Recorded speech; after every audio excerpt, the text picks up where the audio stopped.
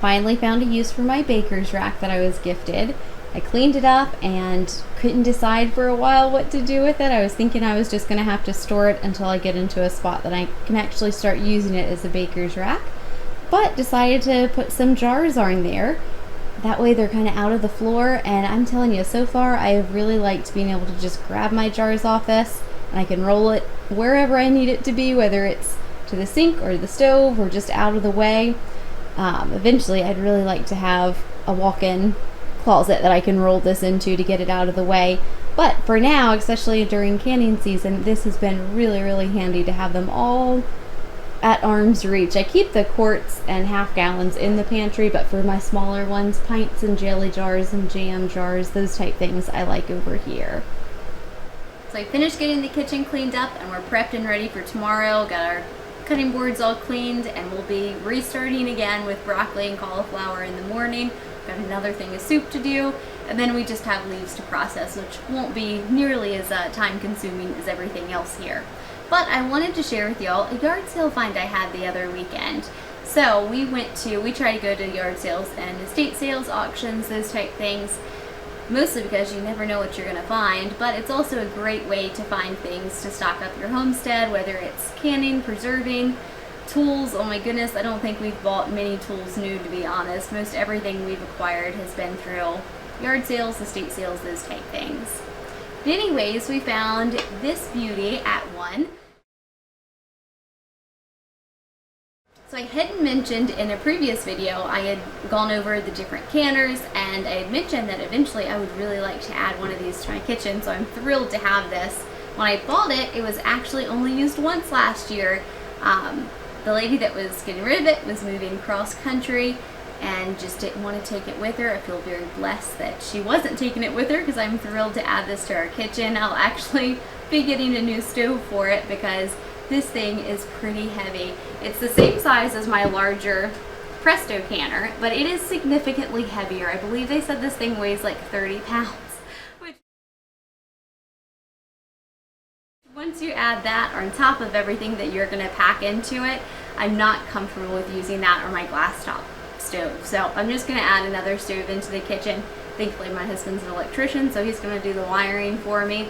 And all I've got to do is get in a little electric stove. I'm not getting anything fancy, but just wanted to share with y'all in case you were buying one of these and run across one. You can use stovetop. They have stovetop electric burners that you can buy. It's like a single burner you can can on. One thing to keep in mind with that though is the size of these. You can't operate it on just your standard ones. You have to get basically a commercial grade one. Now that I've got both of them though, I wanted to compare and show you some of the similarities and some of the differences between them. So this canner, it is a really great canner. I actually am really, really pleased and thrilled with it and cannot wait to get to using it. The only reason I hadn't bought one was because they're a little bit pricey new. So if you're looking at buying a new one, just be prepared. You're going to pay for the quality for this one, but it is very well worth it. For me personally, I couldn't justify paying the price for a new one when I already had some perfectly functioning ones at home. So for starters, it still has a weight, just like the other one has. So they both have weights. They both have the gauges still. And they both have releases for steam. So all of that is similar. In terms of how the lid locks though, it varies a lot. So this one it's bolted down. So when you go to close these up, you actually do, just like you do tires, you tighten down opposite ones and work your way around continuing to do opposites, and then you tighten them all down one last time. For this style, you just lock it shut. This one also locks shut, and when you turn it, it locks shut. This one, all you do is lock it shut by turning it. So as terms of a safety feature, this is really preferred because it's an extra safety that you don't have to worry about the top coming off. It really isn't going to happen with this one. The one difference that I'm most excited about though is actually under the lid. So for this type, the All-Americans, they don't have the rubber gaskets or seals on them. It's a metal on metal lock. So I don't have to go through and replace the seals. For the Prestos, I actually have already replaced this one this year. About every year I have to. It has this little black rubber seal in it, and that helps keep the lid secured to the pot and keeps the seal airtight there.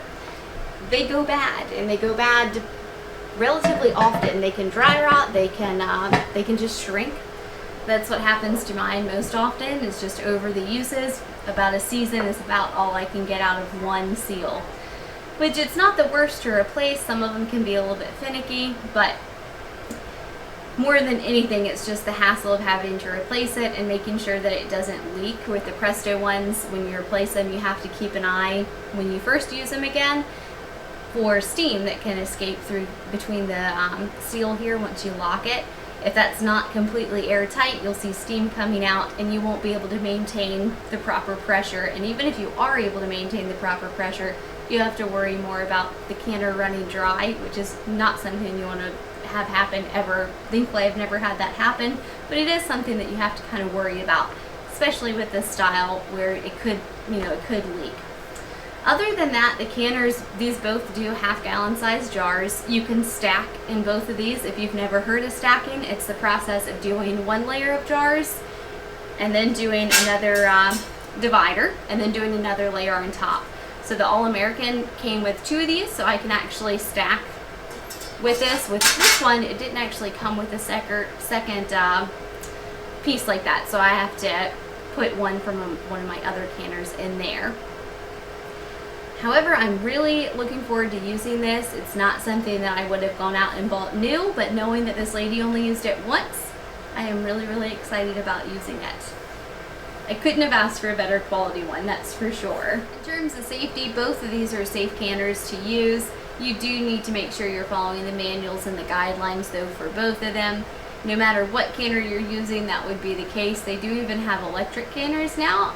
I can't say for those. To be honest, I would be a little nervous using them, mostly because I just don't like technology quite like that. I have a hard time trusting some of those machines and would prefer to do a manual one like either of these really. But I can't wait to get to using this one. Hopefully I can get a stove and get that hooked up soon so that I can show you all how it works.